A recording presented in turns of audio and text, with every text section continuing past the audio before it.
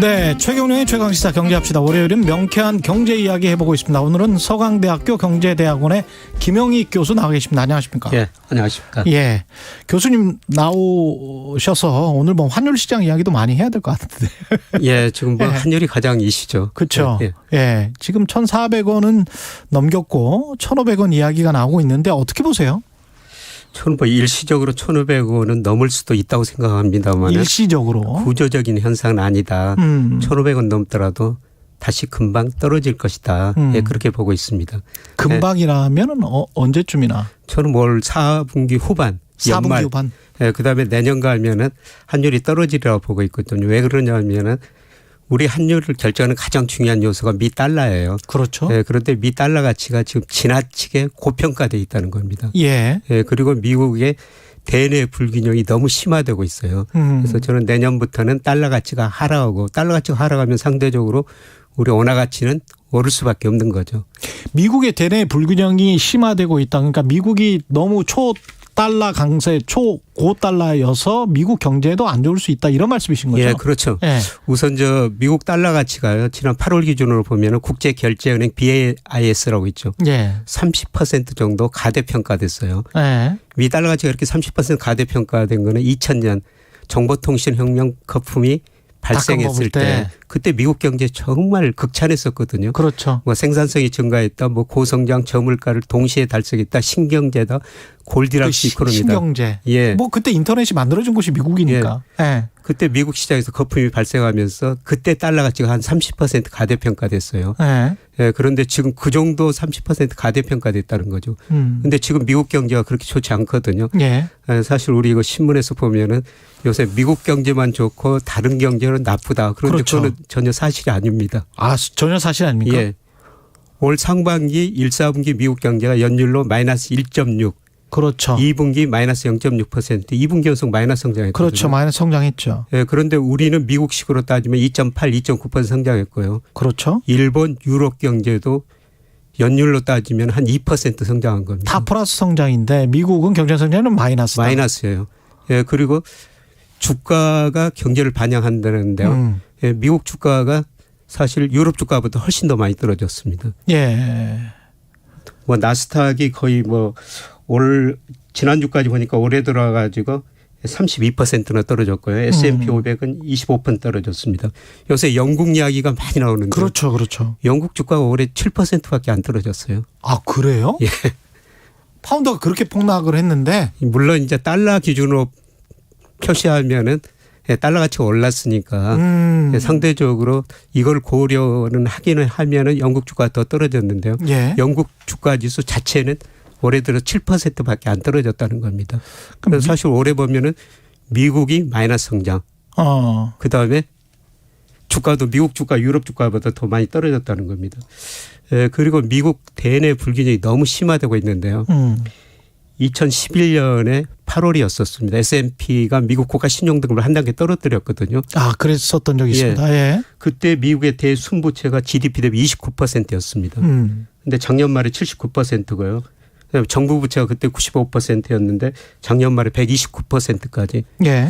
이 대불균형이 아주 심화되고 있거든요. 그런데 과거 역사적으로 보면 달러 가치가 크게 두 번 하락한 적이 있었어요. 예. 80년대 들어가지고 레이건 맞아. 행정부가 감세 정책을 펼쳤었죠.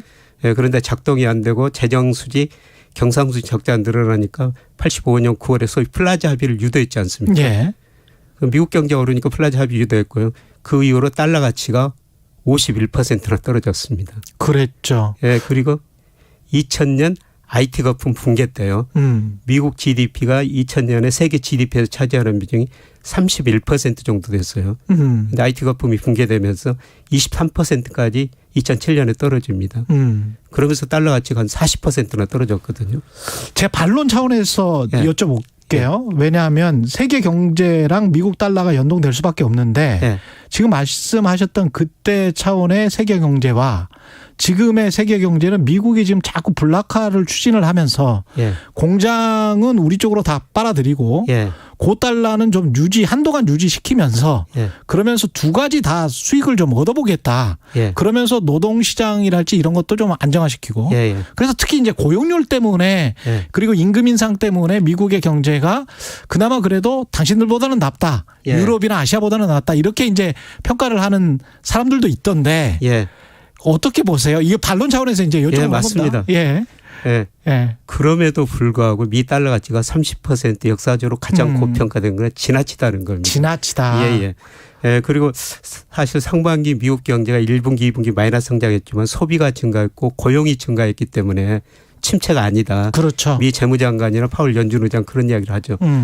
예, 그런데 제가 전망해 보면은 올 4분기 뭐 내년 상반기 미국 경제가 침체에 빠질 것 같습니다. 예를 들어서 지난 9월 FOMC 때 미 연준이요.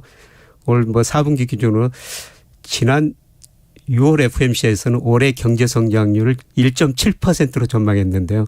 이번에 0.2%로 낮췄어요. 예. 그만큼 미국 경제가 나빠지고 있다는 거죠. 예, 그리고 지금까지는 고용이 좋습니다. 예, 그런데 우리가 고용 통계를 관찰을 해야 되는데요.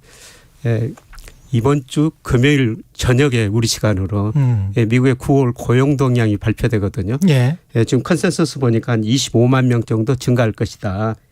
예, 그런데 이게 지난 7월에 52만 6천 명, 8월에 31만 5천 명.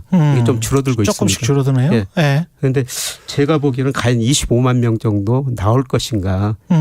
예, 지금 일부 기업들이 고용을 줄이고 있거든요. 그렇습니다. 미국 예. 고용은 정말 탄력적이에요. 예를 들어서 2020년 3, 4월 달에요. 두 달 사이에 그때 코로나로 경제 위기가 왔었죠. 미국 기업들이 일자리를 2,200만 개 줄여버립니다. 두 달 사이에. 예, 맞아요. 2천만 명 넘었었어요. 예. 10년 동안 늘었던 일자리를 단 두 달 사이에 줄여버린 나라라는 겁니다. 그만큼 예. 해고가 아주 쉽고 쉽죠. 빨리 일어나고 예. 그게 바로 경제 지표에 반영되는 나라이기 때문에 예, 그래서 저는 4분기의 소비 중심으로 내년 상반기까지 미국 경제가 마이너스 성장폭이 좀 더 깊어지고요. 고용도 이렇게 줄어들 거라는 겁니다. 듣다 보니까 그럴 가능성도 있네요. 왜냐하면은 워낙 그동안에 돈을 많이 풀었고 그 돈 푼 게 세이빙으로 저축으로 다 가서 사실은 다시 돌아가지 않는 노동 인구가 굉장히 많다라는 지적이 있었잖아요. 미국 같은 경우는. 그렇죠. 미국 예. 저축률이 지금 많이 떨어지고 있어요. 가계 저축률이. 그때는 2020년, 2021년은 확 올랐었는데. 네, 그때는 일시적으로 월별로는 뭐 돈을 주니까 정부가 20% 이상 넘어간 것도 했거든요. 그게 지금 조금씩 떨어지고 네. 있군요. 7월 통계 보니까요. 4%대로 떨어졌어요. 그러면은 2019년 팬데믹 이전으로 장기 평균이 7%입니다. 7%. 네. 미국 사람들이 지금 이제 저축을 안 하고 그동안 모아뒀던 많이 써버리고 있다는 거죠. 맞아요. 정부에서 받은 돈을 그동안에 썼거든요. 그래서 그걸 저축예금에 많이 넣어놨었는데. 네. 그리고 이제 중요한 거는 제가 좀 소비가 위축될 것이다. 미국 GDP의 소비가 차지하는 비율이 70%거든요. 그런데 미국 주가 많이 떨어졌지 않습니까? 그렇죠. 주가가 떨어지면 소비 심리 위축되고요. 그다음에 집값도 제가 보기에는 거품이 발생했다. 이제 붕괴되는 초기라고 저는 보고 있거든요.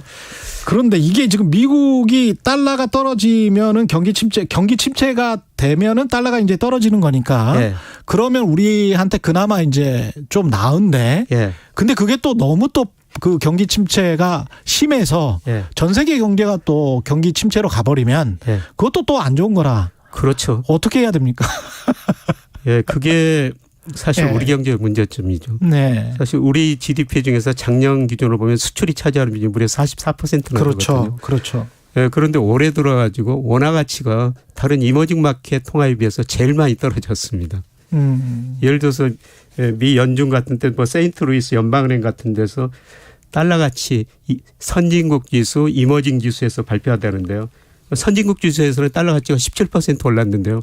이머징 마켓에 비해서는 올해 달러 가치가 7%밖에 안 올랐어요. 그만큼 브라질, 뭐 인도, 인도네시아 이런 통화 환율이 안정적이라는 거죠. 그런데 우리 원화 가치는 올해 들어서 한 20% 떨어졌는데요. 예. 그거는 우리가 수출 의존도가 세계에서 가장 높기 때문이다. 때문에 구조적으로 어쩔 예. 수가 없다. 예. 예. 예, 그래서 세계 경제가 불안할 때는 우리 수출 의존도가 높으니까 우리 원화 가치가 상대적으로 더 많이 떨어질 수 있죠. 예, 그런데 세계 경제가 좀 안정되면은 또 제일 빨리 떨어지는 게 원달러 환율이거든요. 예. 예. 앞으로 가면은 강이고 뒤로 가면 협곡이다. 뭐 이런 말이 생각이 나네요. 어디 예. 갈 데가 없어요. 예. 예, 세계 경제가 또 내년에 경기 침체가 되면 그래서 그 빨리 좀 통화를 안정시키기 위해서는 통화 수합을 하든지 아니면 피마 레포라는 게 있다고 합니다. 예. 예. 예. 그래서 통화 수합은 계속 논의만 되고 안 되는 이야기고요. 예, 지금 피마 이야기가 나오고 있죠. 피마라는 게 이제 피마라는 Foreign 건- International Monetary Authority라는 예. 예. 그러니까 지난 그 7월 기준으로 보면은 미 재무부 통계인데요.